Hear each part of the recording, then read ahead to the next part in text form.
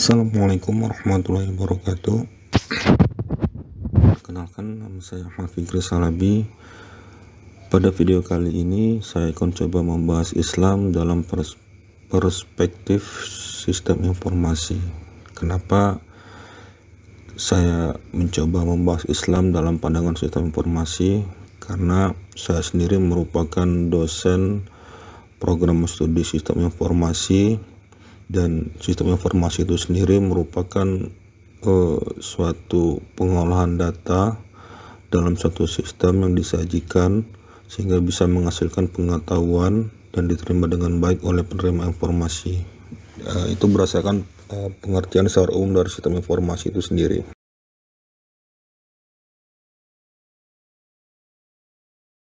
Alasan lainnya kenapa saya membahas Islam dalam pandangan sistem informasi, karena seiring perkembangan teknologi informasi itu sendiri, teknologi ini menjadi salah satu sumber perpecahan. Kenapa?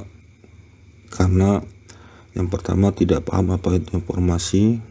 Tidak pahamnya itu karena kita sendiri malas untuk mencari tahu kebenaran informasi itu sendiri. Yang kedua, kita malas membaca, malas mencari tahu literatur, malas membaca literatur yang ada, sehingga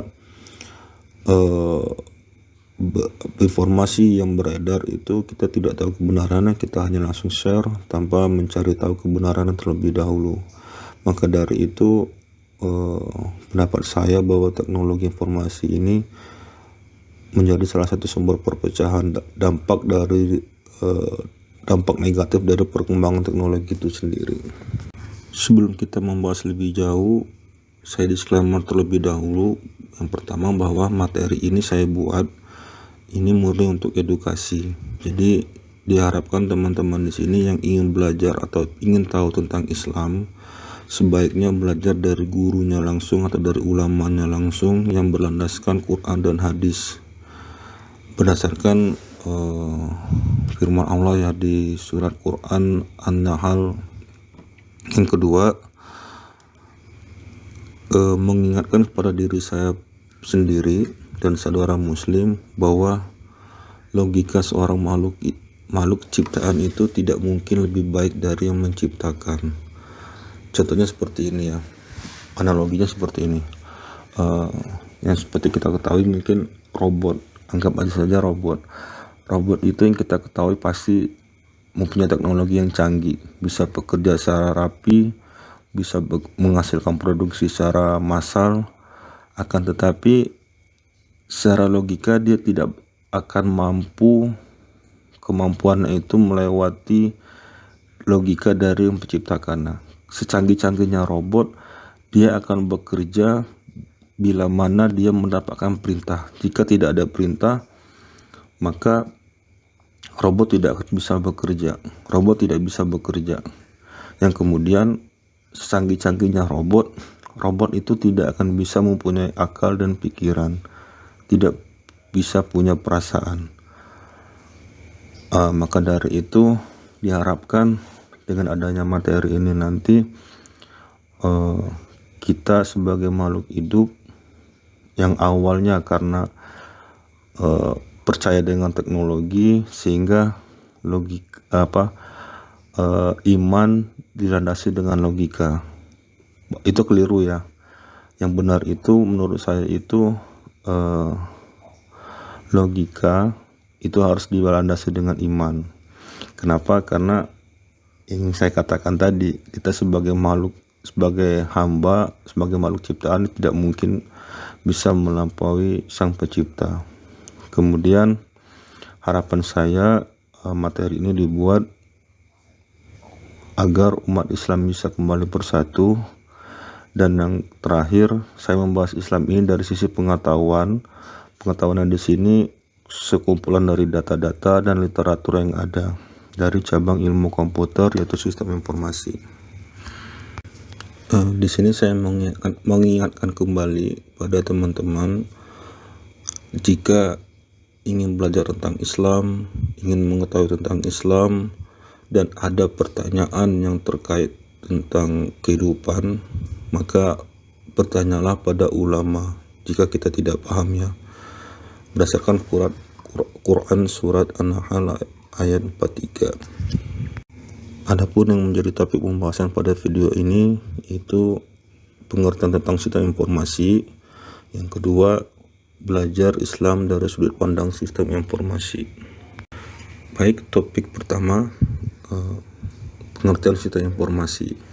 Jadi, kenapa saya di sini menjelaskan tentang pengertian sistem informasi? Karena kita akan membahas Islam itu dari sudut pandang sistem informasi.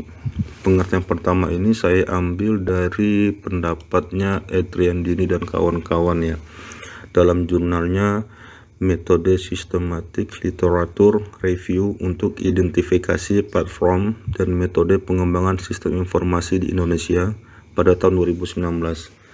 Di sana saya juga mencantumkan linknya jika ada teman-teman yang ingin langsung cek. Di sini bisa kita ambil kesimpulan ya, bahwa pendapat beliau itu sistem informasi ini cara yang diorganisasi untuk mengumpulkan, memasukkan, mengolah, dan menyimpan data, serta untuk menyimpan, mengolah, mengendalikan, dan melaporkan informasi sedemikian rupa sehingga organisasi dapat mencapai tujuan yang telah ditetapkan. Jadi beliau juga berpendapat pengembangan sistem informasi ini itu mempunyai metode yang beragam. Metodenya itu dapat digunakan untuk pengembangan sistem antara lain metode terstruktur dan berorientasi objek. Jadi sejalan dengan pembahasan kita kali ini, orientasi objeknya itu Islam. Pendapat kedua saya ambil di sini itu dari Hamdi Agustin dalam jurnalnya Sistem Informasi Manajemen menurut Perspektif Islam, kebalikan yang dari kita bahas ya pada tahun 2018.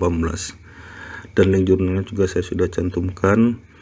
Jadi beliau berpendapat intinya informasi ini salah satu kunci pada zaman sekarang, dan sistem informasi itu hampir sama dengan pendapat yang sebelumnya, bahwa ada proses pengolahan data sehingga menjadi suatu informasi yang benar dan tepat. Ada sebagian pendapat ulama yang mengatakan bahwa Al-Quran itu petunjuk, dan ada juga yang berpendapat Al-Quran itu juga informasi. Sebenarnya petunjuk itu sama ya, karena petunjuk itu merupakan bagian dari informasi itu sendiri. Berdasarkan dari arti petunjuk dari Kamus Besar Bahasa Indonesia yang saya cantumkan di sini, berdasarkan fotonya, pengertiannya itu bisa kita baca di sini bahwa petunjuk itu merupakan, yang bisa kita simpulkan, petunjuk itu merupakan bagian dari informasi itu sendiri. Oke, kita masuk topik kedua, belajar Islam dari sudut pandang sistem informasi. Sebagai umat Islam, kita meyakini bahwa Al-Quran ini merupakan informasi bagi kita. Jadi dalam Al-Quran itu lengkap seluruh informasi yang ada, dan Al-Quran ini Allah turunkan melalui Rasulnya untuk disampaikan kepada seluruh umat manusia, dan Allah juga yang memelihara originalnya. Jadi Al-Quran ini akan tetap terjaga sampai akhir zaman berdasarkan dari Quran Surat Al-Hijr ayat 9. Dari Surat Al-Hijr ayat 9 itu saya mengambil pembahasan surat tersebut di website MUI yang saya lampirkan pada video, di mana di website tersebut menjelaskan bahwa Allah menjaga original Al-Quran hingga akhir zaman. Dan pembahasan kedua dari surah Al-Hijr ayat 9 itu saya ambil dari website Kemenak ya. Dari pembahasan kedua pembahasan tersebut, jika kita melihat dari sudut pandang sistem informasi, apa datanya yang mengatakan bahwa memang membuktikan bahwa memang Al-Quran itu Allah menurunkan. Baik, jika kita berbicara tentang data tentang Al-Quran kan sudah diturunkan pada masa lampau sekitar 1500 tahun yang lalu atau 1400 tahun yang lalu. Berarti kita berbicara tentang sejarah. Berarti datanya ada pada sejarah Islam. Baik, di sini saya mengambil referensi dari buku karangan Syekh Syafi'i Rahman Al-Mubarakfuri. Di sana sudah saya lampirkan sumbernya, dan saya dari yang saya baca buku dari Sirah Nabawiyah ini yang ditulis oleh beliau ini, di sana ada surat Al-Masad ayat 1. Jadi dalam buku sirah tersebut menjelaskan ketika Nabi melakukan dakwah secara terang-terangan, di sana yang pertama kali menanggapi, yang pertama kali mencerca itu adalah pamannya sendiri, yaitu Abu Lahab. Kemudian turunlah ayat tersebut. Oke, lantas apa hubungannya, yang jadi bukti dari surat Al-Masad itu sebagai bukti? Hubungannya, jadi ketika Nabi pertama kali diperintahkan dakwah, dari buku ini menjelaskan tahapan pertama dakwah Nabi itu yaitu secara rahasia. Jadi selama 3 tahun Nabi berdakwah secara rahasia. Kemudian setelah fase itu masuk ke tahapan kedua, barulah Nabi berdakwah secara terang-terangan. Nah, ketika beliau berdakwah secara terang-terangan, seperti yang sudah saya jelaskan sebelumnya, bahwa yang pertama kali menanggapi itu Abu Lahab, dan turun ayat itu.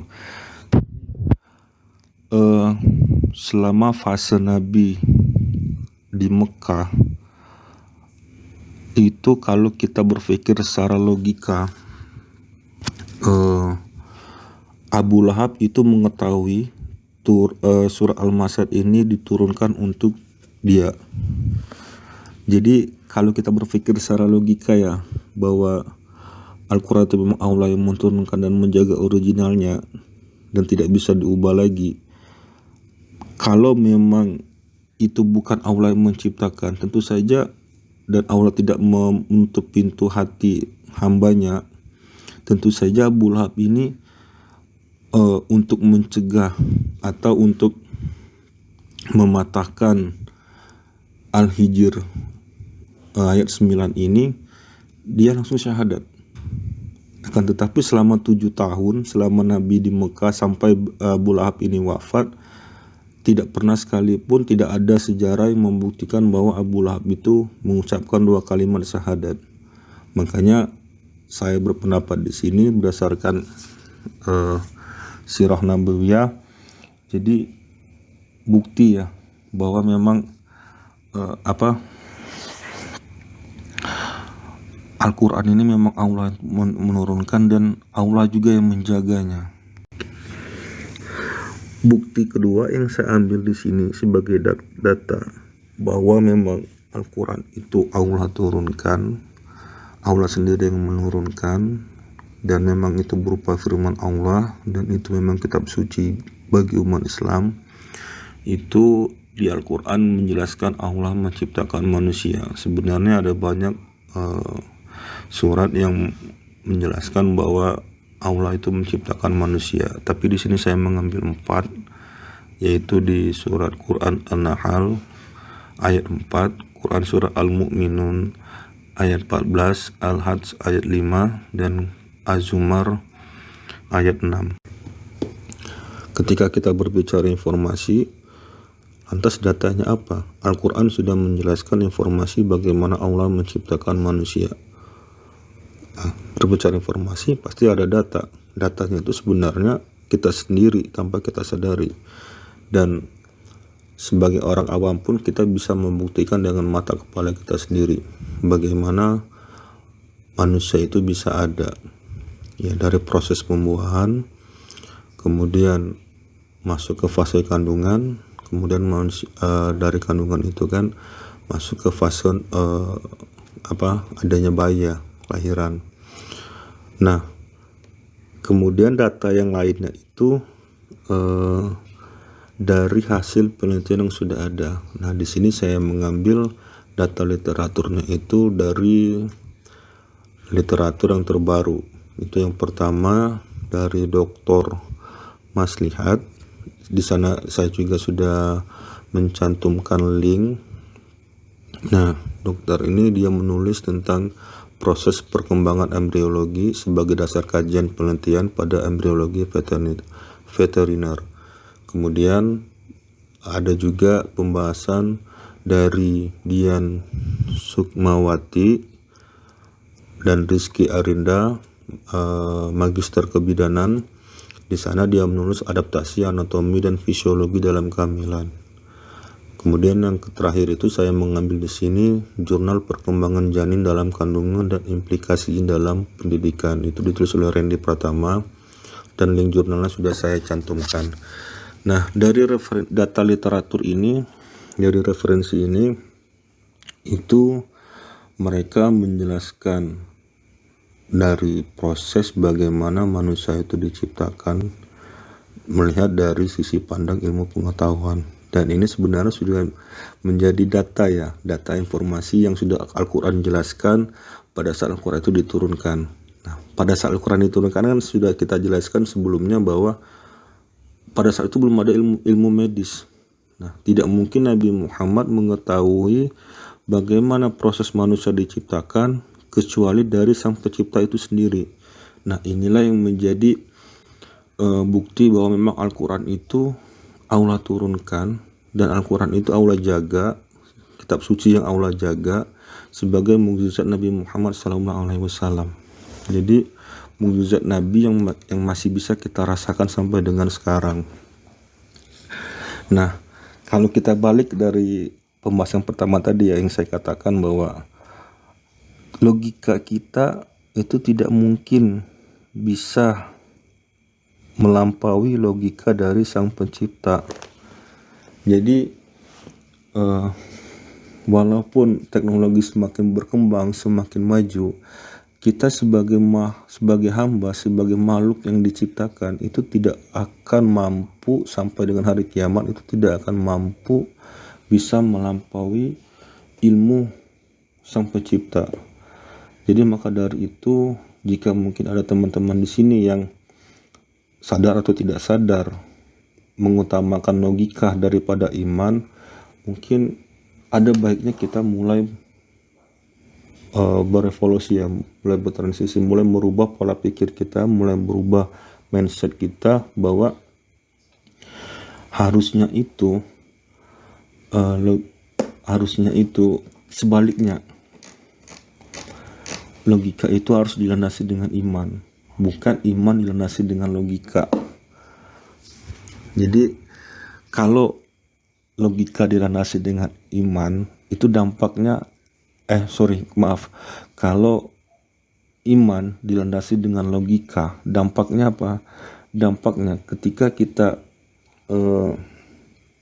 ada perintah atau mungkin ada informasi yang disampaikan melalui nabinya, Nabi Muhammad SAW, tidak masuk akal, kita menolak. Seperti yang orang-orang Yahudi lakukan terlebih dahulu, kita menolak. Inilah dampaknya kalau kita lebih kita mengutamakan logika tanpa dilandasi dengan iman. Inilah dampaknya, dan itu bisa berakibat fatal. Kenapa? Lama-kelamaan jika kita tidak merubah pola pikir kita itu, kita akan menjadi makhluk yang sombong. Dan seperti kita ketahui bahwa makhluk yang sombong itu ancaman neraka jahanam. Nah, jadi di sini saya mengingatkan diri saya secara pribadi dan teman-teman, mari kita merubah pola pikir kita bahwa boleh berpikir logika, tapi tetap saja kita landasi dengan iman. Kita baluti dengan iman. Kita mengutamakan iman. Kita percaya apa yang Allah perintahkan melalui nabinya kita kerjakan, dan itu sebagai makhluk itu sudah cukup. Baik, itu saja pembahasan kita kali ini, pembahasan Islam dalam perspektif sistem informasi bagian pertama. Jadi menurut saya dari data-data yang sudah ada ini, yang sudah dijelaskan ini, itu sudah membuktikan bahwa memang Al-Quran itu Allah yang menurunkan dan Allah yang menjaganya. Semoga dengan video ini bisa menambah keyakinan saya secara pribadi dan teman-teman yang menonton video ini, dan bisa menambah edukasi. Sekali lagi, jika teman-teman ingin belajar atau menambah wawasannya atau mungkin mengetahui tentang Islam, sebaiknya itu belajar dari guru yang berlandaskan Quran dan hadis sesuai dengan perintah yang ada di Al-Quran. Bertanyalah pada ulama jika kalian tidak memahami, pada Quran surat An-Nahl ayat 43. Baik, lebih dan kurang saya mohon maaf jika ada kekurangan atau kekeliruan dari penyampaian informasi yang saya sampaikan, dan ada mungkin kekeliruan data yang saya sampaikan. Bisa mengirimkan email yang sudah saya cantumkan di video ini melalui email saya fikrisalabi@gmail.com, dan jika itu benar, maka benar itu merupakan dari Allah. Bila kurang saya mohon maaf. Assalamualaikum warahmatullahi wabarakatuh.